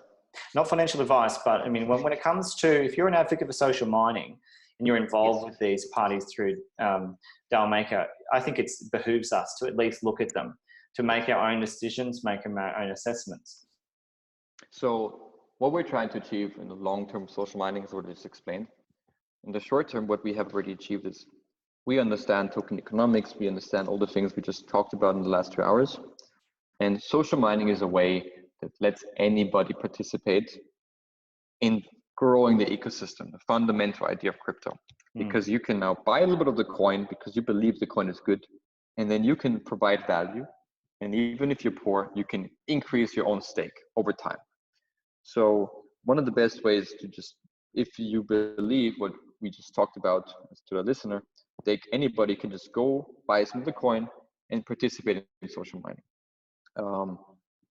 One of the reasons what we look at when looking at social mining is generally the likelihood of the company being around for 1 year and the ability of the token to capture value. So I fundamentally believe that companies will get much, much better at understanding token economics, and developers will get much, much better at developing smart contracts. And hopefully the social mining ecosystem will grow, and people who want to grow this economy, this new emerging market, have a way of identifying themselves and earning more by just joining one of the many social mining companies, like LTO, Elrond. So Ferrum is another. Ferrum is another, Harmony. So just these companies which we evaluate in this matter. Okay, so how's it going so far? Let's just look at what is done. How are these startups? You mentioned some of them. Are they performing as expected? Are things going to plan? So the very first one we chose was, so there's 2 different ways we work, right? It's very important to understand. There is generally Dao Maker incubations, where we're advising, we have close connections to them, we hold a lot of tokens. And then there's social mining as a service. Incubations, like I said, we only choose one every 3 months. So we're very, very careful how we choose companies. At the same time, we also have to pay salaries. So we have social mining as a service. Okay. So it's very different. There's one where we have full stamp on it, and the other one where we're like, good enough for social mining, but we rather bet on these ones. Got it. So LTO network. So which of them are the network, big bets? Yes. So LTO network, Elrond network, 2key network, so all the networks, and soon to be Ecomi, is where we see a very strong team that is delivering on a weekly to daily basis. We see cohesion, we see cash flow, we see smart token economics. Each one of these companies, they have hopefully use case. Yes, use case. So LTO network, after less than a year, has been the 20th most useful blockchain. I think with LTO became a very positive name in the industry. It's true. Elrond has Elrond is, I've met many different people in this space. I think Benjamin is probably one of the best leaders for any startup I've met. He's very real deal in the sense of that's the vibe he gives off. You know, I've talked to him a few times and I've always found him to be very serious. So then I also know the people who run the fiscal policy, or the person who runs the fiscal policy of Elrond, which is extremely important if you want to build an infrastructure project to have your inflation deflation mechanisms. So their quant is, I'm very bullish on projects that actually know they need a fiscal policy. Right. Because so that these people who are essentially part of very important aspects in the company are world class. Then with 2key, the company we're incubating right now, very, very proud to work with them because the CTO is probably one of the smartest people I've ever met. It's very rare to see someone who understands tech, ideology, and economics and can put it into use. I think the 2key's token economic model will become the blueprint for all future ICOs, and very, very proud to be working with them. Well, I'm looking forward to talking to them more. And obviously, this is not about allowing you to shill your startups to me or to the audience, but this is allowing us a chance to look into these ourselves quite seriously. Because obviously I've spoken to the majority of these that you're listing, but I certainly haven't spoken to 2key yet. I do intend to. And I will hopefully be able to talk more with LTO. I know them well. Elrond, I know the team well. The plan is obviously to provide more education. And then listening to what you're talking about, hearing about the depth of assessment you've done, that does give people confidence to know that you're not just a run-of-the-mill shop. You're not just simply allowing everything to list, you know, like the worst of exchanges that we see out there. So yeah, I think those are the three main ones we did this year. And Ecomi is coming. Ecomi is coming soon. We're gonna hopefully relaunch Ecomi. The beta app is out now. It's very, very impressive. I think Ecomi will be one of the very first mainstream adopted crypto apps out there. I had the pleasure to work with Alfred Kahn for a while, the founder of Pokemon and Yu-Gi-Oh! So Ecomi, definitely a good company to bet on, because again, the token economic model that Ben Gedenzi designed is genius. I think the most important thing is token economics. Yeah, and they had a rough start, that's for sure, with the changes they made when it comes to listing because of the complexities of price and speculation and all that sort of thing. But I have spoken to him since, and I often check in to see, because as we know, NFTs, collectibles, or even moving across to gaming, which is not Ecomi, we know, but those industries where assets are of value in that respect and ownership is possible, it's certainly sectors that are really exciting many people around the world, especially when we see pre-existing businesses and pre-existing licenses be relevant. So again, I don't own any Ecomi. I obviously have known the team and I've known Ben for some time, but I am certainly keen to look more into that and have just further discussions with Ben and the team later. Because again, the reason for this is that I think right across the board, it's fair to say today, so many of us in this industry want to see the industry prosper. And the only way is for there to be authentic utility. And that comes from these setups. So exactly. on that note, I want to say, Chris, thank you sincerely for this extremely long but very real conversation. You've said things that, to be honest, I've never heard said. You were very candid about the facts of the past, some of the problems of the past as well. But you've made it clear that you're bullish on the future of this industry, and I really appreciate everything you've had to say today, both to me and to anyone listening. Mm-hmm. Well, thanks, Brad, for having me on, and thanks for anybody who's still here listening for the whole thing. And you survived. Well, looking forward for another one. Absolutely, mate. And thanks again for the transparency. And I wish you all the best. Once again, this is Chris, the CEO. Dao Maker, obviously all about trying to incubate and lead out through their own model startups that have more than just, a pretty facade, but they actually have real meat, real integrity, and things that are for the future. Startups that can actually create revenue, startups that can actually have sound tokenomics, which we just haven't seen, and then lead out into utility and proof of it in the future. So again, Chris, thank you very much. And hopefully we can catch up, mate, and break things down into bite-sized chunks, less talk and more information, perhaps of specific areas. So thanks again for your time. Mm-hmm. All right, bye-bye. See you, mate.